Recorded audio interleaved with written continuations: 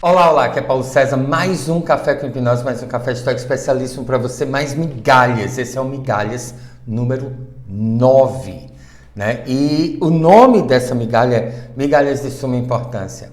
Antes de começar, eu quero lhe desejar um fantástico dia, independente do dia, independente da hora, independente da variante que você esteja vivendo. Dá um gole do nosso Café Estoico. Forte, sem açúcar e delicioso. Vamos direto ao ponto. O negócio é o seguinte. Eu vou lhe contar uma história que aconteceu comigo, certo? Muitos anos atrás, cerca de 30 anos atrás, eu sofri um acidente. Eu levei uma queda, foi um acidente doméstico. Eu levei uma queda, eu estava no local imprensado, eu escorreguei, eu caí de muito mau jeito, eu arrebentei meu joelho, arrebentei meu braço, não quebrou nada não, mas me machuquei gravemente, né? Só não fez quebrar nada. E eu fui meio que arrastado para o carro, né? Fui para o hospital, cheguei lá, o médico me examinou tudo, né? Enfaixou tudo e disse, olha, foi grave, né? Foi uma lesão grave e você vai ter que passar 15 dias em casa. Imediatamente eu olhei para ele e disse, doutor, não dá, não tem condições, não é possível.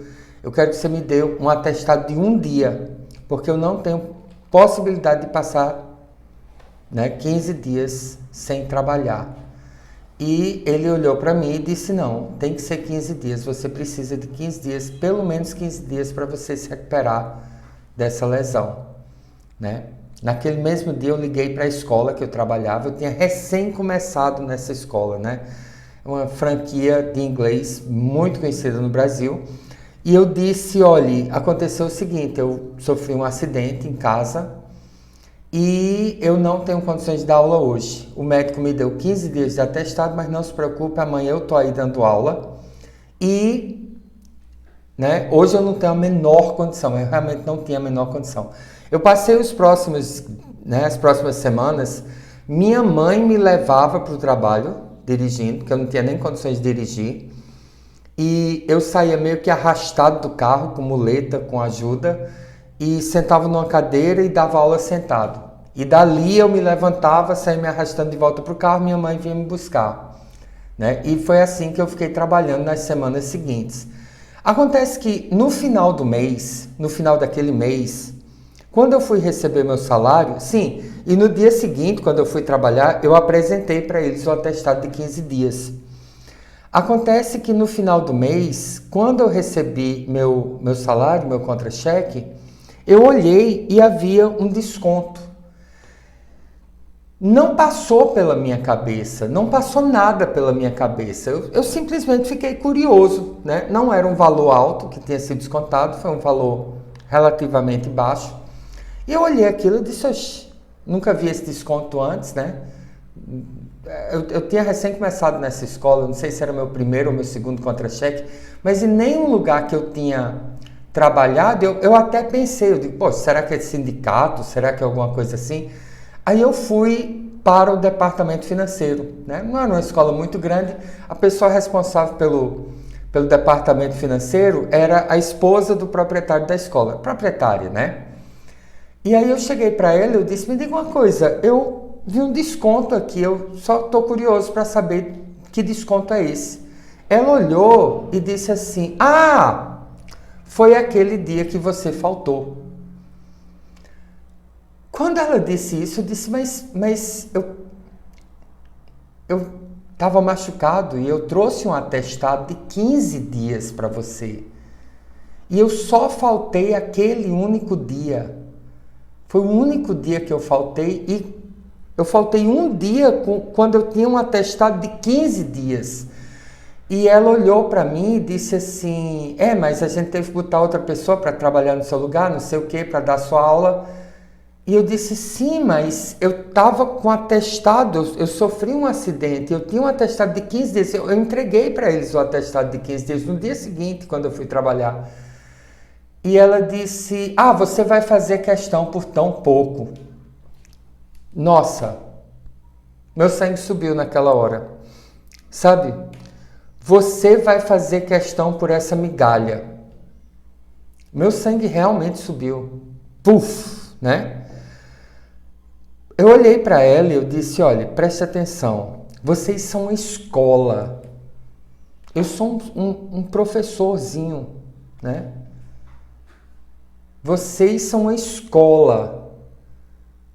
Então, você se deu ao trabalho de cálculo, porque nem todo dia eu dava o mesmo número de aula. Então, você se deu ao trabalho de calcular quantas horas eu dei naquele dia, o valor de cada aula, para você colocar no contra-cheque. Você se deu todo esse trabalho de fazer os cálculos, de fazer a anotação de tudo, por causa dessa migalha, quando teria sido muito mais simples simplesmente não fazer o desconto. Então, vamos deixar uma coisa muito clara aqui.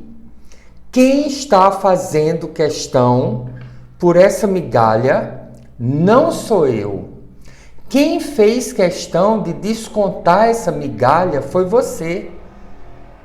Eu com atestado de 15 dias, você me viu todo dia chegar aqui, minha mãe me trazer, eu entrar com dificuldade na escola, sentindo dor, sentar, dar aula o dia inteiro, sentado, com dificuldade até, evitando até ir no banheiro para não ter que me levantar. E para que vocês não tivessem problema, e você me desconta um dia.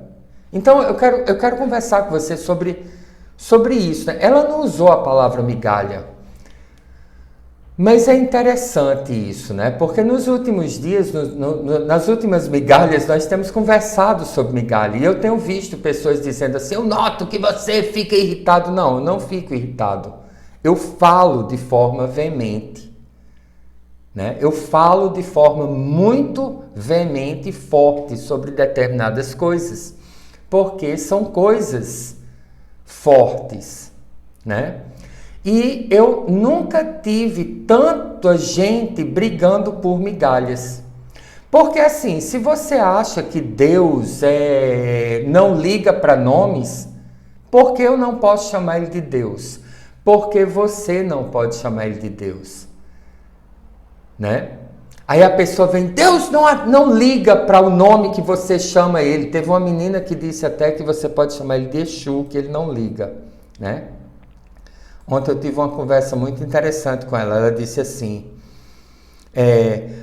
ela começou assim, quando alguém te pede ajuda no farol e você exige que a pessoa fale seu nome completo e CPF, qual é o meu nome? Você sabe?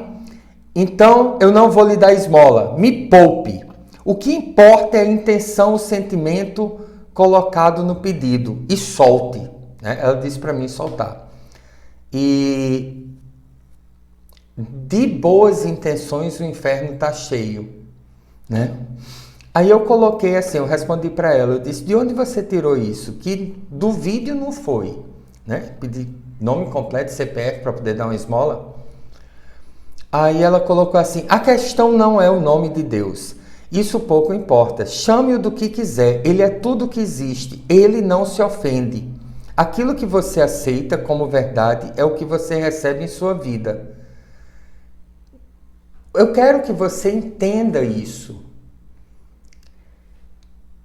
Há um pêndulo coletivo, né, de pessoas que se revoltam profundamente quando você diz que Deus é Deus, né? Mas a conversa continuou. Aí eu coloquei assim, primeiro, esse é um erro grave. Essa crença em um Deus capacho, que é o que eu quiser que ele seja, só nos afasta de um Deus real. Mas qual é mesmo a questão? Eu estava querendo saber qual era a revolta dela, né? Aí ela escreveu assim, e quem é o Deus real? Deus é tudo que existe. Quando você fala erro grave, essa crença é sua, ela disse para mim. Quando você fala em um Deus real, você se afasta, separa do todo, que é uma consciência macro. Eu sou, eu sou, eu sou. Somos todos expressão de Deus, do vácuo, do todo, da centelha, etc, etc. Somos todos um. Não precisamos pedir, somos a própria fonte. Tudo que existe em cima também existe embaixo. Então ela colocou aqui, não precisamos pedir, nós somos a fonte, né? Aí eu coloquei assim, a resposta está no vídeo, né? Eu não ia repetir tudo que estava no vídeo para ela. Aí eu coloquei assim, você ainda não me disse qual é a questão. Aí ela colocou, ok, como quem diz assim, parou a conversa. Só que eu não estava satisfeito. E eu coloquei assim, ainda curioso de onde você tirou nome completo e CPF, qual é a questão? Aí ela colocou assim, foi uma analogia, um exemplo. Para mim, pouco importa quando eu vou ajudar alguém, se a pessoa sabe o meu nome ou se ela não sabe. Se vai me chamar de moça, menina ou qualquer outra coisa. Eu tenho certeza que se a pessoa chamar ela de alguns outros nomes,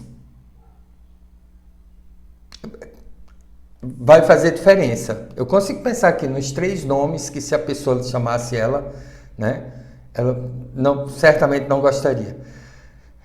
O importante é ajudar, eu sendo humana. Agora imagina se Deus Todo-Poderoso, que não é humano e que não tem ego como nós, ficaria ele ofendido se eu chamar de Zeus, Alá, Exu, Javé, Jesus, etc. Né?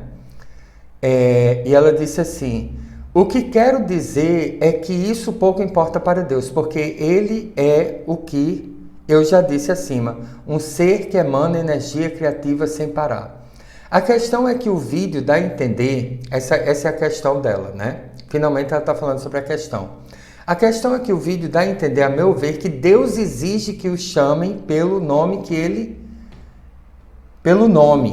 porque ele não é capacho de ninguém, não é obrigado a nada e não vai atender seus pedidos. Ou seja, resumindo, Deus é uma imagem meramente humana.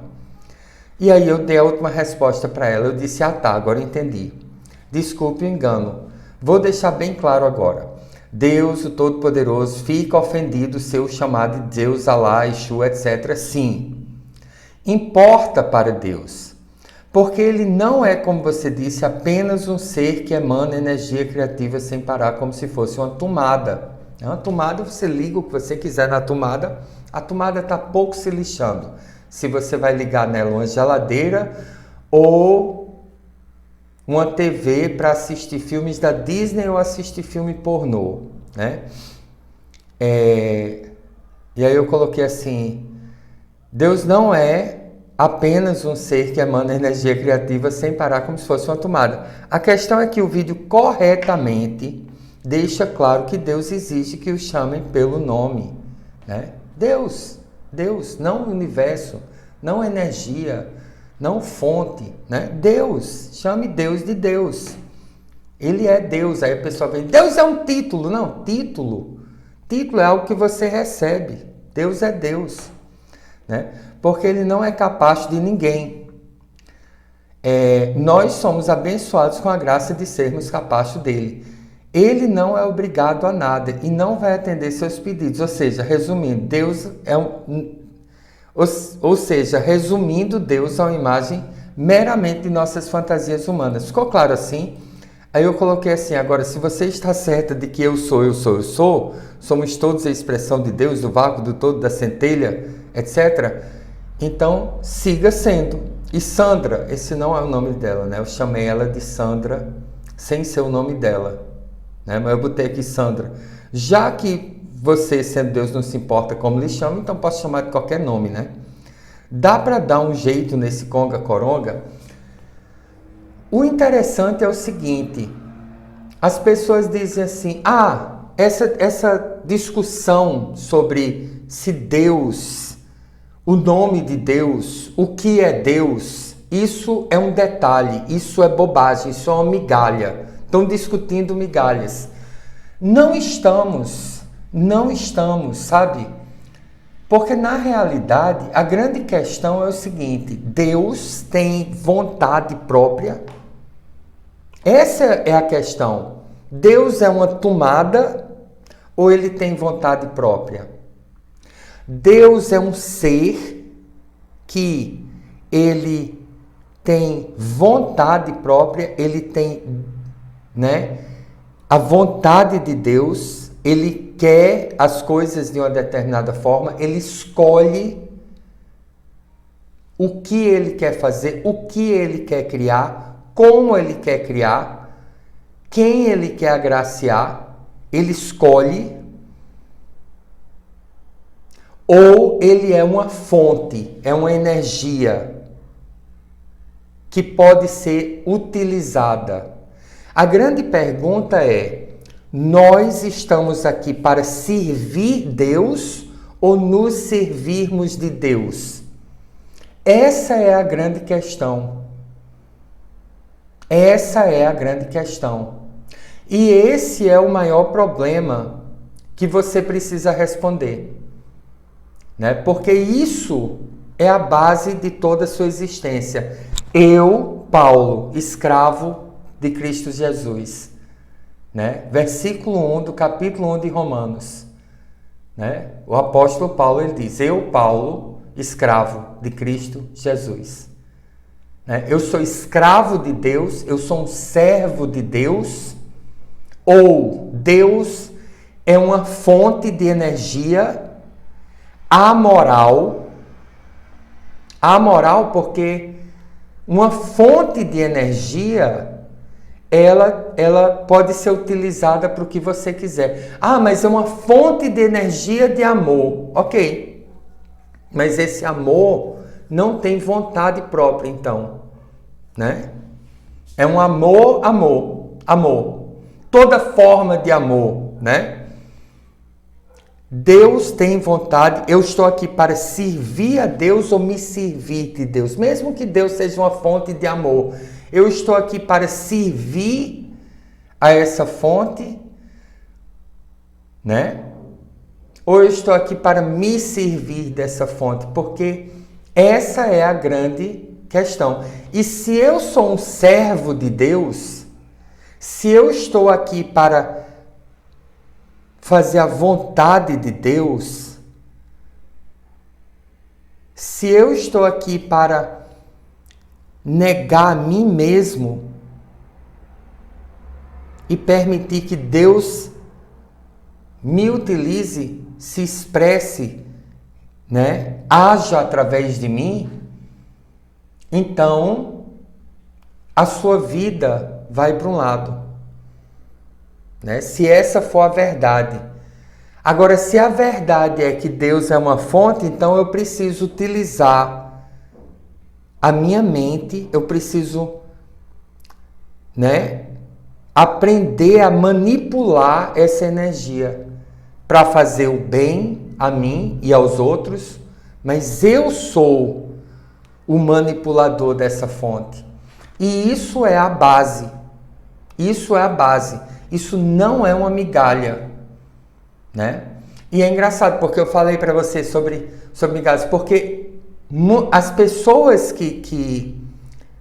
muitas das pessoas que defendem que Deus é uma fonte, às vezes assim, Deus não importa que nome você chame ele de Exu. Ah, Exu, caramba, né?